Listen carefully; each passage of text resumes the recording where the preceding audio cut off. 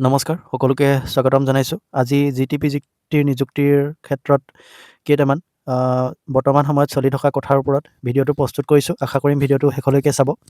বৰ্তমান সময়ত আমাৰ GTPGTৰ নিযুক্তিৰ ক্ষেত্ৰত IAS অফিচত ওচৰৰ বিদ্যালয় পোৱাৰ বাবে টকাৰ লেনদেনৰ এটা বাতৰি সঘনাই প্ৰচাৰিত হৈ আছে আৰু স্বয়ং শিক্ষামন্ত্ৰী মহোদয়ে এই বিষয়ে আমাৰ সকলোলৈকে সতৰ্কতামূলক এটা বাৰ্তা প্ৰেৰণ কৰিছে যে আপোনালোক যাতে কোনেও এই ক্ষেত্ৰত জড়িত নহয় বা কোনেও যাতে প্ৰলোভনৰ সন্মুখীন নহয় বা নিজেও যাতে এনেকৈ সুবিধা ল'ব নিবিচাৰে তেনেকৈ তাৰ পৰা আঁতৰি থাকিবলৈ কৈছে। আৰু এই গোটেই নিযুক্তি প্ৰক্ৰিয়াটো অৰ্থাৎ বিদ্যালয় কাক কেনেকৈ দিয়া হ'ব এইটো আমাৰ যি SOP আছিলে সেই SOP অনুসৰিয়ে হ'ব আৰু ডিষ্ট্ৰিক্ট কমিশ্যনাৰৰ নেতৃত্বত যি দল গঠন কৰি দিয়া হৈছিলে সেই দলে এইখিনি বিচাৰ বিবেচনা কৰিব আৰু শিক্ষামন্ত্ৰী মহোদয়ে এই সকলোখিনিৰ ওপৰত ফাইনেল স্বাক্ষৰ কৰাৰ পাছতহে নিযুক্তিৰ ক্ষেত্ৰত বিদ্যালয় আবণ্টন কৰিব পাৰিব বা স্কুল এলোকেশ্যন কৰিব পাৰিব, এনেকৈ শিক্ষামন্ত্ৰী ডাঙৰীয়াই কৈছে। আৰু এইটো তেখেতে কৈছে যে স্কুল ইনস্পেক্টৰৰ হাতত কোনো ধৰণৰ এনেকুৱা পাৱাৰ নাই যে তেখেতলোকে নিজে এখন বিদ্যালয় কোনোবা শিক্ষাৰ্থীক প্ৰদান কৰিব পাৰিব। আৰু এইটো মানে আমাৰ যিখন কমিটি গঠন কৰি দিয়া হৈছিলে আমাৰ ডিষ্ট্ৰিক্ট কমিশ্যনাৰ তেখেতৰ নেতৃত্বত থাকিব আৰু শেষত গোটেইখিনি লিষ্ট হৈ যোৱাৰ পাছত শিক্ষামন্ত্ৰী মহোদয়ে এই গোটেইখিনি চোৱা চিতা কৰি পেলাই তেখেতে যেতিয়া স্বাক্ষৰ কৰিব তেতিয়াহে আমাৰ এই বিদ্যালয়ৰ তালিকাসমূহ চূড়ান্ত হ'ব। আৰু এইমতে এই বিষয়ে তেখেতে অৱগত কৰিছে আৰু এটা কথা কৈছে যে যদি কোনোবা নতুনকৈ নিযুক্তিপ্ৰাপ্ত এতিয়া সেই শিক্ষক বা শিক্ষয়িত্ৰী এই ক্ষেত্ৰত যদি লিপ্ত হোৱা প্ৰমাণিত হয় তেনেহ'লে তেখেতৰ নিযুক্তি বাতিল কৰা হ'ব বুলি কৈছে। আৰু এইটো আচলতে বহুত ভাল কথা। আৰু এইখিনি আচলতে আমি এতিয়া চিন্তা কৰিবলগীয়া যে আমাৰ মানসিকতাবোৰ আচলতে কেনেকুৱা হৈ গৈছে। আপোনালোকে এটা কথা চিন্তা কৰকচোন, যদি এনেকুৱাই যদি চৰকাৰৰ যদি এতিয়া বৰ্তমান সময়ত আমাৰ হিমন্ত বিশ্ব শৰ্মা ডাঙৰীয়াই যি সবল নেতৃত্ব লৈ আছে এনেকুৱা যদি নেতৃত্ব নল'লেহেঁতেন তেনেহ'লে আপোনালোকে চিন্তা কৰক টকাৰ লেনদেন কেনেকৈ হ'লহেঁতেন আৰু আমিবোৰ ক'ৰবাতে থাকিলোহেঁতেন। এতিয়া এই ওচৰৰ বিদ্যালয়খন বাছনি কৰিবৰ বাবেই 2.5 লাখ নে 1.5 লাখ টকালৈকে দাম উঠিছে আৰু সেইমতে টকা তেওঁলোকে দিছে বা টকাৰ কথা চলিছে। গতিকে সেই কথাটো আপোনালোকে চিন্তা কৰি চাওক, বিদ্যালয়খন চাব য'ত অলপ সুৰুঙা পাইছে, য'ত বিদ্যালয়খন বাছনি কৰাৰ ক্ষেত্ৰত অলপ সুৰুঙা পালে আৰু সেই সুৰুঙাটো পোৱাৰ লগে লগে একাংশই সুবিধা লৈ পেলাই বিদ্যালয়খনক মানে ওচৰত পাবলৈ সেইটোও সুবিধা ল'বলৈ বিচাৰিছে। গতিকে আপোনালোকে কিছুমান মানুহৰ মানসিকতাটো চিন্তা কৰক যে তেওঁলোকে মানে যেনে তেনে হ'লেও কৰাপশ্যনটো কৰিবই। মানে কথাটো এনেকুৱা যে তেওঁলোকৰ মানে মাইণ্ডছেটটোতে আছে যে কৰাপশ্যন কৰা মানে বেকা পথ এটা তেওঁলোকে অৱলম্বন কৰিবলৈ সদায় প্ৰস্তুত হৈ থাকে। এতিয়া নিযুক্তি প্ৰক্ৰিয়াটোত তেখেতলোকে সুবিধা পোৱা নাই, কিন্তু ইয়াত অলপমান সুৰুঙা দেখি পেলাই যে ডাইৰেক্ট IAS অফিচৰ লগত কথা পাতিব যিহেতু পাৰে, বহুতো IAS তেনেকুৱা থাকে বা পুৰণা যিসকল শিক্ষক শিক্ষয়িত্ৰী হওক বা কৰ্মচাৰী হওক যিসকল IASৰ লগত ওতঃপ্ৰোতভাৱে মানে ভাল এটা সম্পৰ্ক হৈ থাকে বা IAS অফিচৰ কোনোবা কৰ্মচাৰীৰ লগত সম্পৰ্ক হৈ থাকে, গতিকে তেখেতলোকৰ লগত যিহেতু সুবিধাটো পাইছে ডাইৰেক্ট কথাটো পাতিবৰ বাবে, গতিকে সেই সুৰুঙাটো পায়ে তেখেতলোকে এই বক্ৰ পথেৰে যোৱাৰ পথটো আকৌ বাছি লৈছে। গতিকে আমাৰ মানসিকতাবোৰ চিন্তা কৰক, চৰকাৰৰ যদি সবল নেতৃত্ব নল'লেহেঁতেন তেনেহ'লে কিন্তু আমাৰ এই যিসকলে এতিয়া চাকৰি পাইছে এখেতলোকৰ খুব বেছিহে 5 বা 10% চাকৰি পালেহেঁতেন, বাকী সকলোখিনিয়ে টকা দি পেলাই এনেকৈ বক্ৰ পথেৰে চাকৰি ল'লেহেঁতেন। গতিকে আমাৰ মানসিকতাবোৰে আচলতে তেনেকুৱা বহুত মানুহৰ। আৰু মই দেখা পাইছোঁ যে আমাৰ যেতিয়া নিযুক্তি পত্ৰ লৈ দিয়াৰ পাছত যেতিয়া IAS অফিচত জইন কৰিবলৈ গৈছে, কিছুমান শিক্ষাৰ্থী আপোনালোকে মন কৰিছেনে মই নাজানো, শিক্ষাৰ্থী নহয় আচলতে এতিয়া নৱনিযুক্ত যিসকল শিক্ষক শিক্ষয়িত্ৰী তেখেতলোকৰ লগত দেউতাকজন একেবাৰে ছাৰ দৰে ঘূৰি ফুৰে। আৰু এতিয়া এজন গ্ৰেজুৱেট টিচাৰ বা পষ্ট গ্ৰেজুৱেট টিচাৰ তেখেতে চাকৰি পাইছে, তাৰ পাছতো সেই এজন অভিভাৱক এনেকৈ লগে লগে একদম তেওঁৰ ডকুমেণ্টৰ বেগটোও ধৰি পেলাই লগে লগে লগত ঘূৰি ফুৰিব। তেনেকুৱা এটা আচলতে সেই শিক্ষক হ'বলৈ যিজন গৈ আছে তেখেতৰ সেই ইণ্ডিপেণ্ডেণ্ট যিটো মনোভাৱ সেই মনোভাৱটো তেখেতৰ আছেনে নাই মোৰ সন্দেহ হয়। আৰু তেনেকুৱা যিসকল আচলতে অভিভাৱক তেনেকৈ লাগি ফুৰে সেই তেনেকুৱা ব্যক্তিসকলে মোৰ অলপমান অনুমান হয় যে তেখেতলোকে এই ভিতৰুৱাকৈ গৈ পেলাই কৰ্মচাৰীৰ লগত বা IAS অফিচৰ বিভিন্ন মানে ব্যক্তিৰ লগত সুবিধা বিচাৰি ফুৰে যে কেনেকৈ মানে কিবা এটা সুবিধা কৰি পেলাই কিবাকিবি দুটকামান দি হ'লেও মোৰ ল'ৰাটোক বা মোৰ ছোৱালীজনীক ওচৰৰ বিদ্যালয় এখনতে দিব পাৰি নেকি, এনেকুৱা এটা কথা তেওঁলোকে চিন্তা কৰি থকা যেন অনুভৱ হয়। বাৰু মই এইটো ক'বলৈ যোৱা নাই যে লগত অভিভাৱক যোৱাটো বেয়া কথা, কিন্তু মই যিটো মোৰ চিন্তা সেইটো কৈছোঁ। এতিয়া ইমান এজন মেচিয়ৰ মানুহ, তাৰ পাছতো এজন দেউতাক বা মাক লগে লগে লাগি ফুৰাটো এইটো কিমান মানে এইটো আপোনালোকে নিজে এবাৰ চিন্তা কৰি চাব। আৰু মই কি অৰ্থত কৈছোঁ সেইটো আপোনালোকে এবাৰ অনুধাৱন কৰি চাব। মানে তেনেকুৱা IAS অফিচলৈ যাওঁতে তেনেকুৱা অনুভৱ হৈছে, মানে দেউতাকবোৰে গৈ পেলাই অলপমান মানে কৰ্মচাৰীৰ লগত মানে তেনেকুৱা কথা অলপ যেন পাতে বা তেনেকুৱা সুবিধা ক'ৰবাত পায় নি তেনেকুৱা কিছুমান চোৱা যেন অনুভৱ হৈছিল আচলতে মই যেতিয়া দিবলৈ গৈছিলোঁ। সেইকাৰণে মই এই কথাটো উত্থাপন কৰিছোঁ। মই এতিয়া এইটো ক'বলৈ যোৱা নাই যে কোনোবা এজন শিক্ষাৰ্থী মানে কোনোবা এজন নৱনিযুক্ত শিক্ষক শিক্ষয়িত্ৰী দূৰৰ পৰা গৈছে, তেখেতৰ লগত মাক বা দেউতাক গৈছে, সেইটো বেলেগ কথা। সেইটোও হ'ব পাৰে বাৰু, দূৰৰ পৰা গ'লে যিহেতু গাড়ীত যাব পাৰে, পাৰ্চনেল গাড়ীত, গতিকে দেউতাক বা মাক কোনোবা যাব পাৰে, সেইটো কোনো ডাঙৰ কথা নহয়। কিন্তু মোৰ মানে অলপ কিবা ধৰণৰ অনুভৱ এটা হৈছিলে যেতিয়া কিছুমান অভিভাৱক দেখি পেলাই, সেইকাৰণে মই কথাটো কৈছোঁ। তেতিয়াই মোৰ অলপ অনুমান এটা হৈছিলে। মই যেতিয়া নগাঁও IAS অফিচত এইখিনি যেতিয়া জমা দিবলৈ গৈছিলোঁ, জইনিং কৰিবলৈ তেতিয়া গৈছিলোঁ।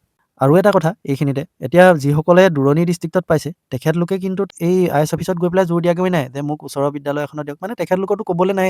এতিয়া আপুনি ঘৰৰ পৰা যদি ৩০০ কিলোমিটাৰ দূৰত পৰিছে কোনোবা এখন ডিষ্ট্ৰিক্টত, আপুনি ৪০০ কিলোমিটাৰ দূৰত পৰিছে, আপুনি আৰু ক'ত আৰু মাথা মাৰিবগৈ যে মোক কোনখন স্কুলত দিয়ক। এইটো সেইসকলে এই ক্ষেত্ৰটোত বেছিকৈ গুৰুত্ব দি আছে যিসকলে হোম ডিষ্ট্ৰিক্টতে পাইছে বা নিয়েৰেষ্ট একদম গাতে লাগি থকা ডিষ্ট্ৰিক্টখনত পাইছে, য'ত তেওঁলোকৰ চা চিনাকি আছে। তোমালোকে অলৰেডি নিয়েৰেষ্ট বা তোমালোকৰ হোম ডিষ্ট্ৰিক্টতে তোমালোকে চাকৰিটো পালাই।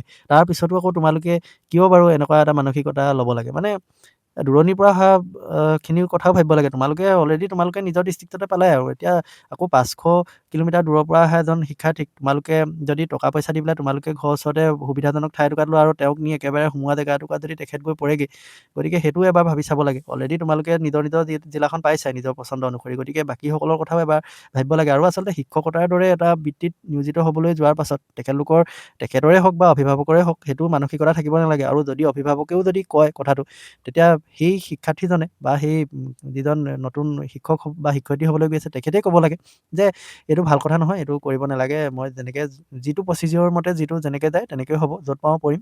আচলতে তেনেকুৱা হ'ব লাগে। পইচা দি পেলাই এনেকৈ ওচৰৰ সুবিধাজনক স্কুলখনত লোৱাটো এইটো শিক্ষকৰ মানসিকতা হ'ব নালাগে, বেলেগ চাকৰিৰো হ'ব নালাগে। কিন্তু বিশেষকৈ শিক্ষকসকলৰ এইটো ক্ষেত্ৰত অতি মানে এটা লাজ লগা কথা বুলি ক'ব লাগিব আৰু যিসকলে এইটো পন্থা অৱলম্বন কৰিছে। এতিয়া আমাৰ বিদ্যালয়ৰ তালিকাসমূহ কেতিয়ালৈ দিয়াৰ সম্ভাৱনা আছে?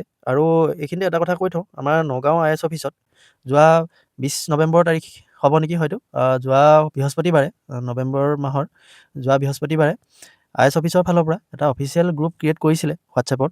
আৰু কিন্তু কিছু সময়ৰ পাছতে গোটেইখিনিকে ৰিমুভ কৰি পেলাই গ্ৰুপটো ডিলিট কৰি দিলে, মানে গ্ৰুপটো বন্ধ কৰি দিলে। তাৰ পৰা এটা কথাই অনুমান হৈছে, তেখেতলোকে হয়তো IAS অফিচে মানে IASৰ ফালৰ পৰা হয়তো এখন লিষ্ট হয়তো তেখেতলোকে প্ৰকাশ কৰিছিলে স্কুল এলোকেশ্যনৰ ক্ষেত্ৰত, আৰু তেখেতলোকে গ্ৰুপত সেই লিষ্টখন চাৰ্কুলেট কৰাৰ কথা ভাবিছিলে, সেইবাবে গ্ৰুপটো ক্ৰিয়েট কৰিছিলে। কিন্তু তাৰ পাছতে যিহেতু এইবোৰ নিউজ ওলালে, আৰু নিউজবোৰ ওলোৱাৰ পাছতে শিক্ষামন্ত্ৰী ডাঙৰীয়াই বিভিন্ন সতৰ্কতামূলক বাৰ্তা পঠিয়ালে আৰু অলপ ষ্ট্ৰিক্ট যিহেতু তেখেতে ভূমিকা পালন কৰিলে, সেয়েহে হয়তো তেখেতলোকে সেই পুৰণি তালিকাখন দিয়াটো তেওঁলোকে বাতিল কৰিলে আৰু সেইবাবে গ্ৰুপটো বন্ধ কৰি দিলে। হয়তো তেনেকুৱা কথাও হ'ব পাৰে। আৰু এতিয়া যিহেতু এই স্কুল এলোকেশ্যনৰ লিষ্টসমূহ আকৌ নতুনকৈ গোটেইখিনি ভালকৈ চালি জাৰি চাই দিয়া হ'ব, গতিকে হয়তো এদিন দেৰি হ'ব পাৰে। কিন্তু অনুমান কৰা মতে আমাৰ হয়তো ডিচেম্বৰৰ প্ৰথমৰ পৰা ডিচেম্বৰৰ 1 তাৰিখমানৰ পৰা ডিচেম্বৰৰ 7 তাৰিখমানৰ ভিতৰতে জইন কৰিবলৈ দিব যেন অনুমান এটা হৈছে। বাকী দেখা যাওক কি হয়। আৰু আজি যিহেতু 24 নৱেম্বৰ, গতিকে 27-28 নৱেম্বৰ মানলৈ হয়তো লিষ্টখন প্ৰকাশ পাবও পাৰে। আৰু তাৰ পাছতে যিহেতু 7 দিনমান সময় চাগে দিব স্কুল জইন কৰিবৰ বাবে, আগতে 15 দিন সময় দিয়ে। আৰু এতিয়া যিহেতু আমাৰ অলৰেডি IAS অফিচত জইন হৈয়ে আছে, গতিকে স্কুল জইন কৰিবৰ বাবে খুব বেছি 7 দিনমান সময় চাগে নিশ্চয় দিব। আৰু যদি তেনেকৈ হয় তেতিয়াহ'লে 1 ডিচেম্বৰৰ পৰা 7 ডিচেম্বৰ মানৰ ভিতৰত চাগে জইন কৰিবলৈ তেখেতলোকে সময় দিব। আৰু তেনেকুৱা যেনে অনুমান হৈছে। বাকী আপোনালোকৰ যদি কাৰোবাৰ ওচৰত কিবা এই ক্ষেত্ৰত তথ্য আছে তেনেহ'লে শ্বেয়াৰ কৰিব পাৰে কমেণ্টৰ জৰিয়তে। আৰু বাকী মোৰ অনুমান মতেতো ডিচেম্বৰৰ 1 তাৰিখৰ পৰা ডিচেম্বৰৰ 7 তাৰিখমানৰ ভিতৰত, মানে ডিচেম্বৰৰ প্ৰথম 10 দিনৰ ভিতৰতে জইনিঙৰ বাবে তেখেতলোকে তালিকা প্ৰস্তুত কৰি উলিয়াই সকলোকে চাৰ্কুলেট কৰিব যেন অনুমান হৈ আছে। বাকী সময় আহক, কি হয় দেখা যাব। আৰু এইখিনিতে এটা কথা কওঁ, অলপ দিনৰ আগতে আমাৰ যিটো ট্ৰান্সফাৰ আছিলে, সেই ট্ৰান্সফাৰৰ ক্ষেত্ৰত কিছুমান নতুন সংশোধন কৰা হৈছিলে। সেইখিনি হৈছে যে শিক্ষয়িত্ৰীৰ ক্ষেত্ৰত 5 বছৰ আৰু শিক্ষকৰ ক্ষেত্ৰত 7 বছৰ। যদি তেখেতে 7 বছৰ শিক্ষকৰ ক্ষেত্ৰত আৰু শিক্ষয়িত্ৰীয়ে 5 বছৰ চাকৰি কৰাৰ পাছতে তেওঁলোকে আন্তঃজিলা ট্ৰান্সফাৰৰ বাবে আবেদন কৰিব পাৰে। আৰু সেইটো আচলতে মই এইখিনিতে এটা কথা ভাবোঁ যে যিহেতু আমাৰ এই শিক্ষকৰ ক্ষেত্ৰত, শিক্ষক নিযুক্তিৰ ক্ষেত্ৰত সকলো দিশতে শিক্ষয়িত্ৰী মানে মহিলাসকলকে প্ৰাধান্য দি অহা হৈছে। কিন্তু এই ক্ষেত্ৰত মই ভাবোঁ পুৰুষসকলকো এই 5 বছৰেই দিব লাগিছিলে। কাৰণ 2 বছৰ পুৰুষসকলৰ ক্ষেত্ৰত বঢ়াই দিয়াটো এইটো মহিলাসকলৰ লগত মিলাই দিয়া হ'লে ভাল আছিলে। 5 বছৰ কৰি দিয়া হ'লে হয়। কাৰণ পুৰুষজন যদিও আঁতৰত থাকিবলৈ সুবিধা হয়, কিন্তু তেখেতৰো ঘৰ থাকে। তেখেতৰো ঘৰত কেতিয়াবা এনেকুৱা হয় যে তেখেতে পিতৃ মাতৃক অকলে এৰি যাব লগা হয়, 2জন ৰোগীয়া হয়, বা কেৱল স্বামী থাকে আৰু তেখেতৰ পৰিবাৰ থাকে আৰু ল'ৰা-ছোৱালী থাকে। ল'ৰা-ছোৱালী ইয়াতে যিহেতু বিদ্যালয় থাকে, গতিকে লগতো লৈ যাব নোৱাৰে, তেনেকুৱা পৰিস্থিতি হয়। গতিকে এই ক্ষেত্ৰত পুৰুষজনৰ লগতে ঘৰৰ অন্যান্য মহিলাসকলো জড়িত হৈ থাকে। গতিকে